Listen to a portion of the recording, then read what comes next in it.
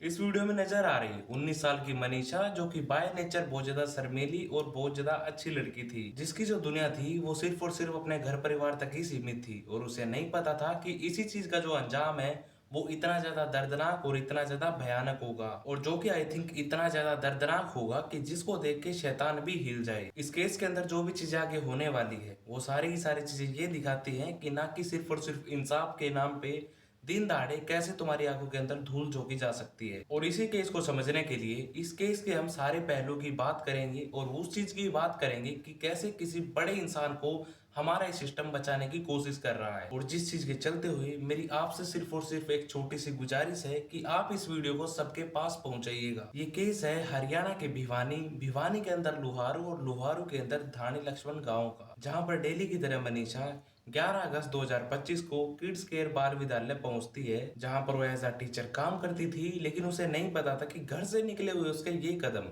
कभी भी वापस घर नहीं आ पाएंगे। और उसी दिन मनीषा 1:58 पर एक कॉलेज के अंदर एज अ एडमिशन फॉर्म लेने के लिए गई थी, और जहां पर इस चीज के बारे में उसने अपने पिता को बता रखा था। और ये एक लास्ट डिजिटल फुटप्रिंट्स है जहां पर मनीषा देखी गई है। और दिन ढलने तक जब मनीषा शाम को घर नहीं पहुंचती है तो घर में मौजूद उसके दादाजी को उसकी चिंता होने लगी। गुजरते हुए समय के साथ मनीषा के दादाजी की जो चिंता थी वो बढ़ती जा रही थी।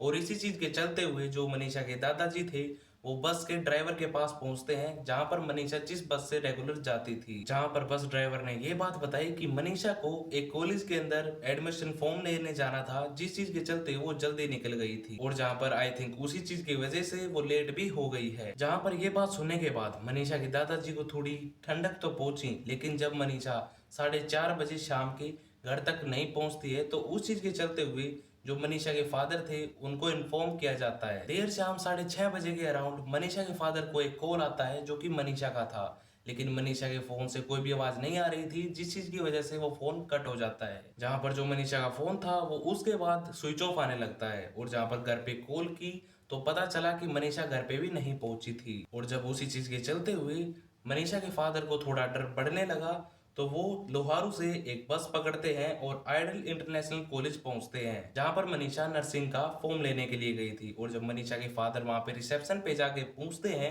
कि मनीषा नाम की कोई लड़की आई थी क्या, तो रिसेप्शनिस्ट मना कर देता है। संजय को ये जवाब रिसेप्शन पे मिलता है, लेकिन रिसेप्शन पे संजय एक चीज नोटिस करता है, वो ये थी कि 3 लोग रिसेप्शन के ऊपर बैठे हुए थे और तीनों ने ही शराब पी थी। और जब ये सारी चीजें होने के बाद संजय कॉलेज पहुंचते हैं पुलिस के साथ, तो तब पुलिस को भी वहां की कोई भी सीसीटीवी फुटेज नहीं दिखाई जाती है। संजय अपने चाचा के साथ लोहारू पुलिस स्टेशन पहुंचते हैं, जहां पर पुलिस स्टेशन के अंदर उनकी एफआईआर नहीं लिखी जाती है। जो वहां पे इंस्पेक्टर थे वो भी यह बात बोलते हैं कि मनीषा या तो घर से भाग गई होगी किसी के साथ, या फिर कोई पार्टी करने के लिए गई होगी और वो कुछ टाइम बाद घर पे वापस आ जाएगी। पुलिस से अपनी बेटी के लिए ऐसी बातें सुनकर संजय निराश होके और ढीला ढाला सा मुंह लेके वापस घर पे आ जाते हैं। जहां पर अगले दिन यानी कि 12 अगस्त को पूरा दिन वो स्टेशन में बैठने के बाद उनसे बातें करने के बाद एएसआई शकुंतला उनकी रिपोर्ट लिखती है लगभग 7 बजे के अराउंड। जहां पर अगले दिन एएसआई शकुंतला वहां कॉलेज में पहुंचकर सीसीटीवी देखने की कोशिश करती है,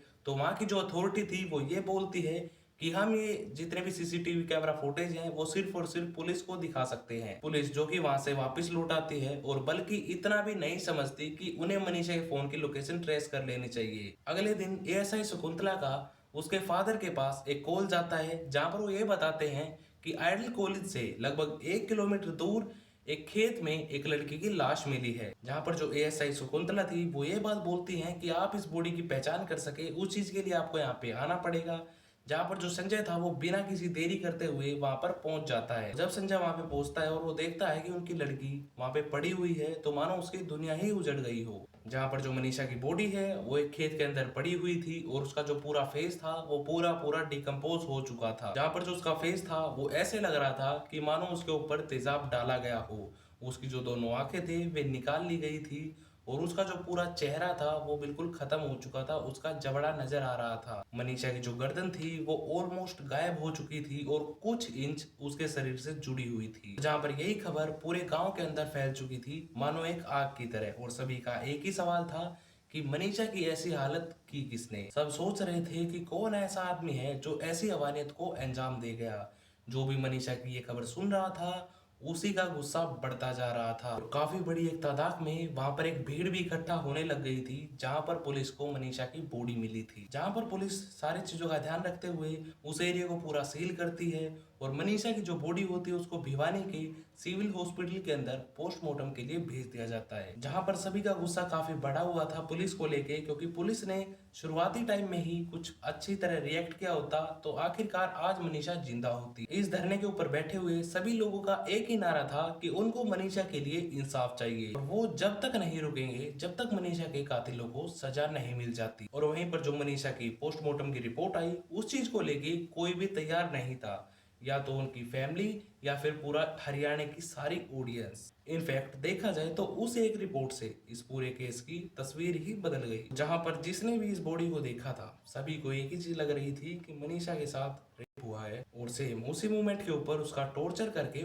मर्डर कर दिया गया है। इस रिपोर्ट में यानी कि 14 अगस्त को जो रिपोर्ट आई उसने इस चीज को बताया कि मनीषा के जो ऑर्गन्स है उनके अंदर एक ऐसा केमिकल मिला है। ये एक ऐसी तरह का केमिकल होता है, अगर ये केमिकल किसी भी बंदे की बॉडी में हद से ज्यादा हो जाए तो उसकी डेथ हो सकती है। और सेम इसी रिपोर्ट के चलते हुए इस राज्य की और जितनी भी मनीषा के घर वाले हैं उनके गांव वाले हैं, ये रिपोर्ट आने के बाद और ये सुनने के बाद उनका गुस्सा फूटना तय था। और हुआ भी वही, जहां पर जो हमारी गवर्नमेंट है उसने इस केस की लीपापोती के लिए कुछ इंस्पेक्टर को सस्पेंड कर दिया, कुछ को ट्रांसफर कर दिया। ये केस हमें ये चीज दिखाता है कि बाय चांस अगर कातिल पकड़ा भी गया तो वो इतनी जल्दी इनकी गिरफ्तारी से बाहर हो जाएगा कि इन्हें पता भी नहीं चलेगा। और जहां पर इस चीज के ऊपर भी हमें काम करना पड़ेगा, क्योंकि कोर्ट के अंदर सारी चीजें क्लू के ऊपर चलती है और ये एक नहीं दिख रहा है। और जहां पर रहा रेप वाला फैक्टर, तो उस चीज को इतना ज्यादा मैनिपुलेट कर दिया गया है कि वो चीज काफी ज्यादा नीचे दब चुकी है और उस चीज का तो नामो निशान तक इन्होंने नहीं छोड़ा है। हम सब इस केस में ज्यादा तो कुछ नहीं कर सकते, लेकिन मनीषा की बॉडी की शांति के लिए हम प्रे जरूर करेंगे कोर्ट से। वीडियो अच्छी लगी हो तो वीडियो को लाइक कर लेना, चैनल को सब्सक्राइब कर लेना। मिलूंगा आपसे फिर किसी नई वीडियो के साथ, और कमेंट करके ये जरूर बताना कि इन सभी चीजों के लिए क्या मनीषा को जस्टिस मिल पाएगी।